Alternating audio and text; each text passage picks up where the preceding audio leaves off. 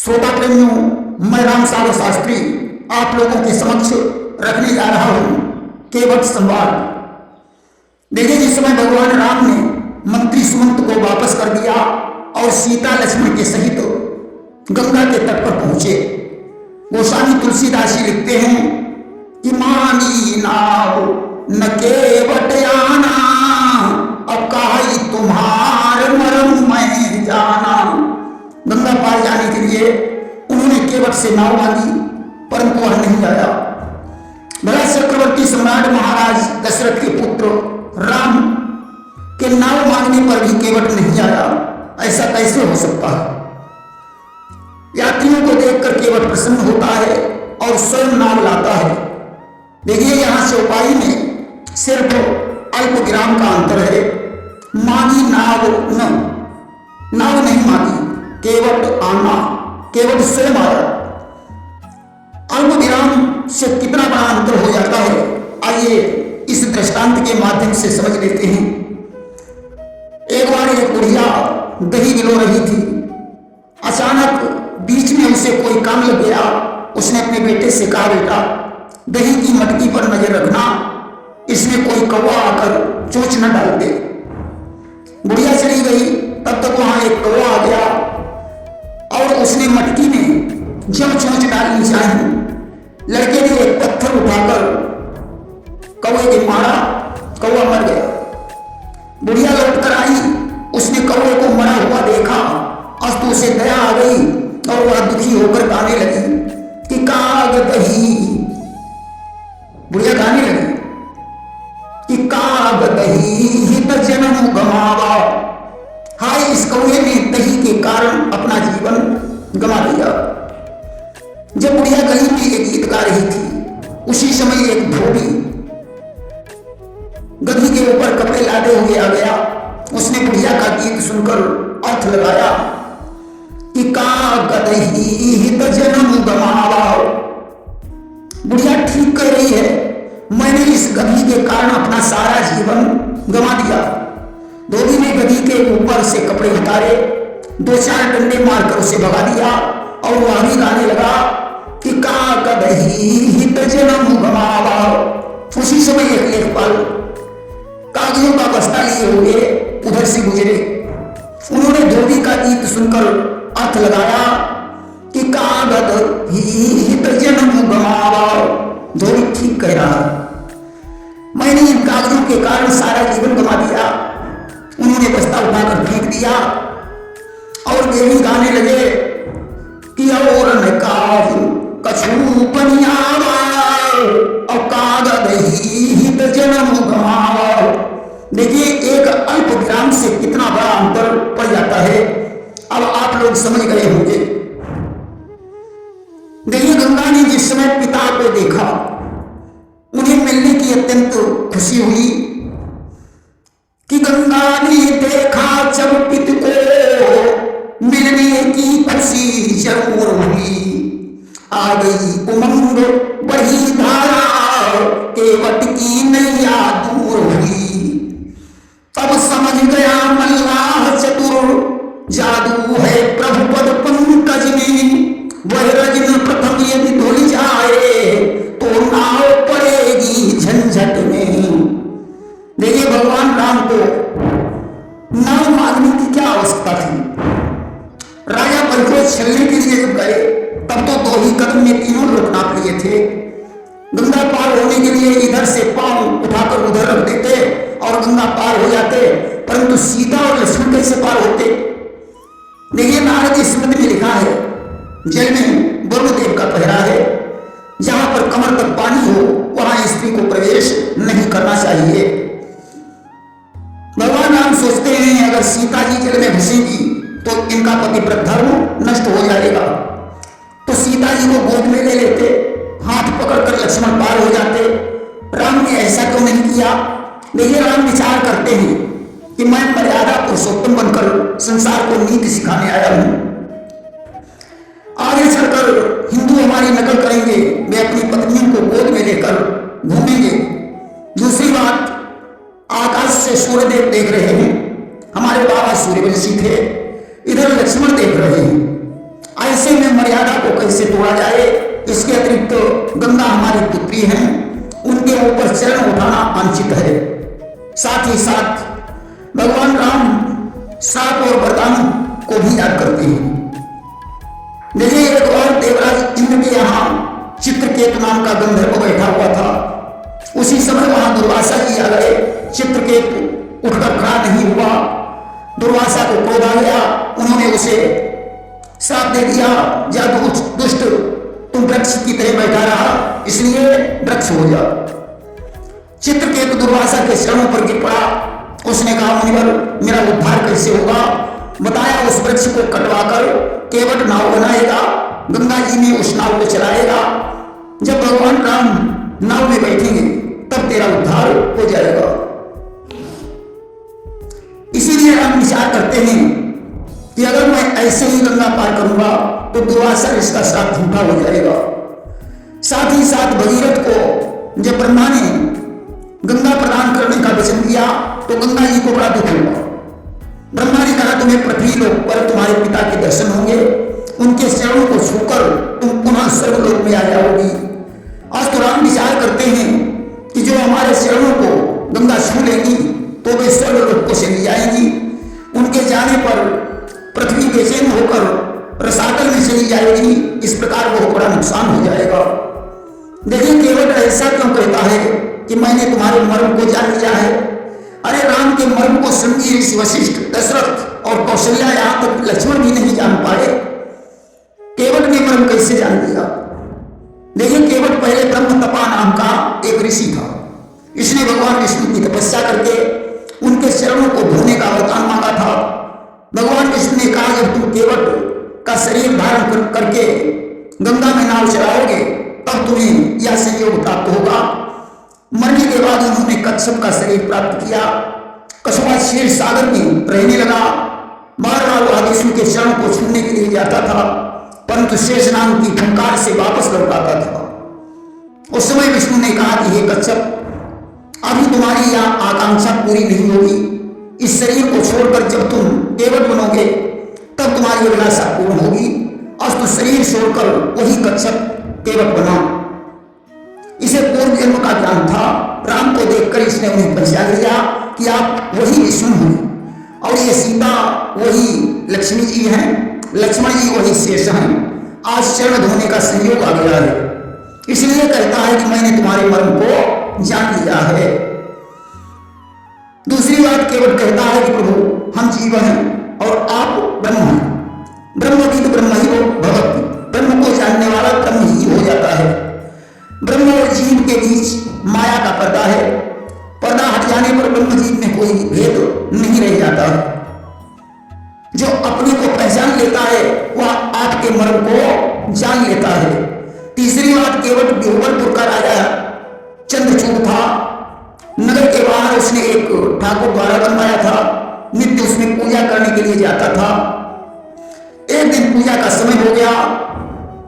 राजा प्रजा का निर्णय कर रहा था।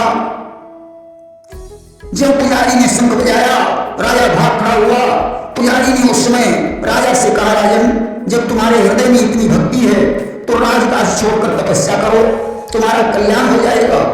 राजा ने उसी समय राज सिंहासन मंत्री को समर्पित कर दिया और तपस्या करने चला गया। उस समय आकाशवाणी हुई, राजन वरदान मांग लो। चंद्रचूड़ ने कहा, प्रभु, मैं आपके साक्षात दर्शन करना चाहता हूं। भगवान विष्णु ने कहा, जाओ त्रेता में तुम्हें हमारे दर्शन होंगे। राजा घर लौट आया। एक दिन अपने पुत्र को स्नान करा रहा था। उसी समय दुर्वासा ऋषि आ गए। राजा ने ध्यान नहीं दिया। दुर्वासा ने इसे केवट होने का श्राप दे दिया।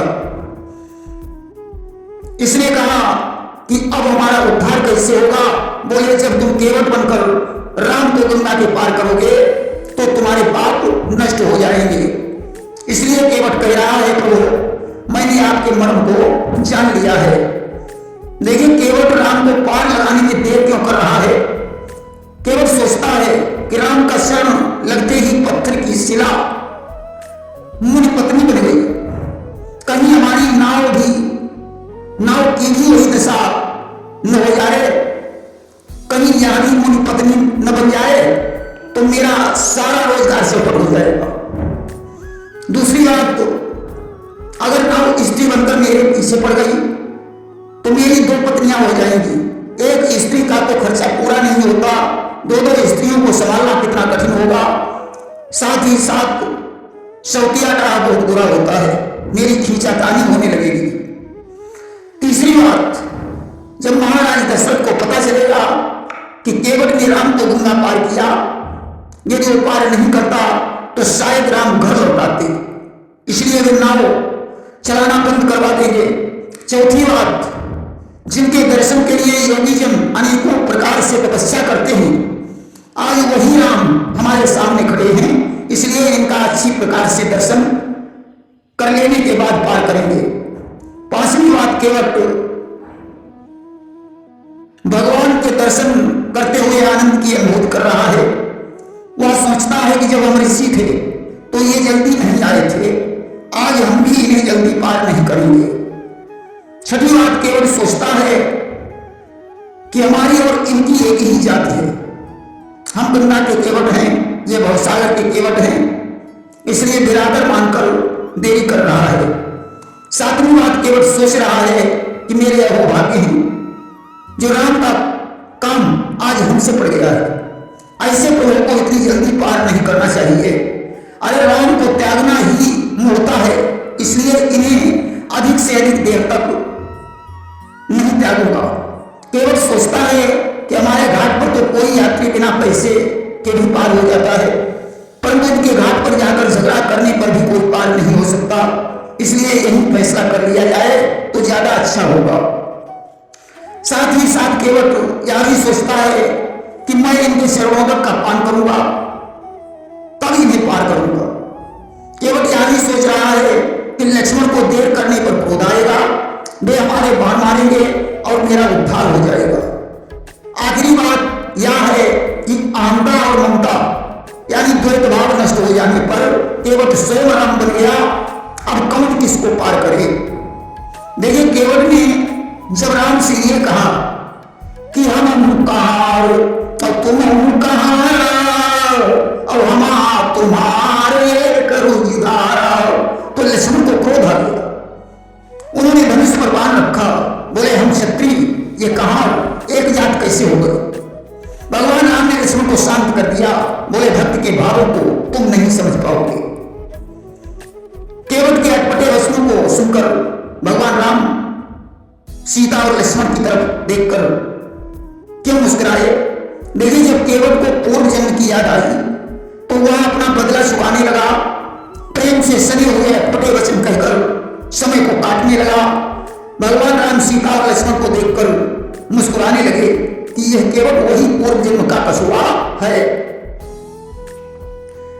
दूसरी बात, जब रावण के अनाचार से पृथ्वी बेचैन हो गई तो विष्णु ने शेष जी से पृथ्वी पर अवतार लेने को कहा। शेष जी ने कहा कि आपका भजन कैसे होगा? बताया, हमारे चरणों की सेवा करने से भजन हो जाएगा। शक्ति से कहा, तुम पृथ्वी पर सीता के रूप में अवतार लो। शक्ति ने कहा, पहले हमने रुक्मिणी, राधा और वेदवती 3 रूपों में अवतार किया था और मुझे राधा बनकर दुख भोगना पड़ा। आज तो मुझे तुम्हारे चरणों की सेवा चाहिए। विष्णु ने कहा, चरणों की सेवा का भार तो मैं शेष जी को समर्पित कर चुका हूं।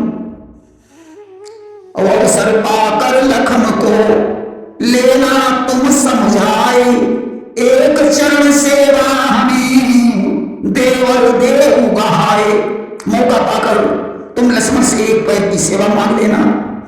एक बार फागुन के महीने में लक्ष्मण जी ने सीता के ऊपर रंग डाला, सीता ने नेक देने को कहा और राम के एक चरण की सेवा मांगी। लक्ष्मण बेचैन हो गए। राम ने आकर फैसला कर दिया, आज से एक चरण की सेवा सीता करेगी। इसीलिए राम लक्ष्मण और सीता की तरफ देखकर मुस्कुराए कि केवल उन्हीं चरणों को धोना चाहता है जिन पर तुम दोनों का अधिकार है। दूसरी बात, राम सीता और लक्ष्मण की तरफ देखकर इसलिए मुस्कुरा रहे हैं कि मैंने तुम लोगों को वन चलने के लिए मना किया था, परंतु तुम लोग नहीं माने। आज तो कष्ट हो रहा है तो हम क्या करें? आज कि केवट राम रजाय सुपावा और पानी कठौता भरी लई जावा। राम ने कहा था कि बेगियान जल पाए पखारो, होत विलंब उतारो पारो। भगवान ने जल लाने को कहा और केवल पानी को ले आया। देखिए, पानी का अर्थ हाथ होता है। दूसरी बात, गंगा के निकट जो पानी भरा होता है केवट उसे जल ही समझता है। तीसरी बात, केवट के हृदय में एक विचार आया कि पता नहीं असली राम है या नहीं। तो सुन केवट करे अस ब्रह्मवाणी और गंगा के भयो जल पानी। केवट के ब्रह्मरे वचनों को सुनकर गंगा का जल पानी हो गया। देखिए, केवट कठौती में जल क्यों नहीं लाया? केवट विचार करता है कि अगर कठौती में कहीं राम का शरण लगेगा तो वह कन्या बन जाएगी, विवाह में दान दहेज देना पड़ेगा। कठौता से लड़का बन जाएगा जो हमारा हाथ बटाएगा। अगली बात कि चरण पर सी कठुआ उड़े तो होई परीक्षण खास, फिर न नाम बिठलाई नहीं या मन कर विश्वास। अगर राम के शरण छूने से कठौता उड़ गया तो परीक्षण हो जाएगा, फिर इन्हें नाव पर नहीं बैठाएंगे। अवति आनंद उमति अनुरागा, चरण सरोज पखारन लागा। केवट ने पहले राम का एक चरण धोया। राम एक पैर से खड़े हैं। उसने कहा, प्रभु आपको एक पैर से खड़े होने में कष्ट होगा, इसलिए आप अपना हाथ हमारे सिर पर रख दीजिए। केवट बड़ा चालाक है। बोला, राम जिसके सर पर अपना हाथ रख देंगे उसका तो कल्याण ही हो जाएगा। चरणों को धोकर उसने शरणामृत का पान किया। इसके बाद तीनों को गंगा पार किया और प्रभु के चरणों में प्रणाम किया। तब राम ने सोचा कि मैंने इसे कुछ नहीं दिया। सीता की तरफ देखा, उन्होंने मणिमुंदरी उतार कर राम को दे दी। राम ने केवट को उतराई देनी चाहिए। केवट चरणों पर गिर पड़ा। उसने कहा, प्रभु कि मल्लाह कभी मल्लाहों से मल्लाही लेते ना भैया, मजदूर कभी मजदूरों को मजदूरी देते ना भैया। यदि कुछ देने की इच्छा है तो ऋण सब वहीं चुका देना।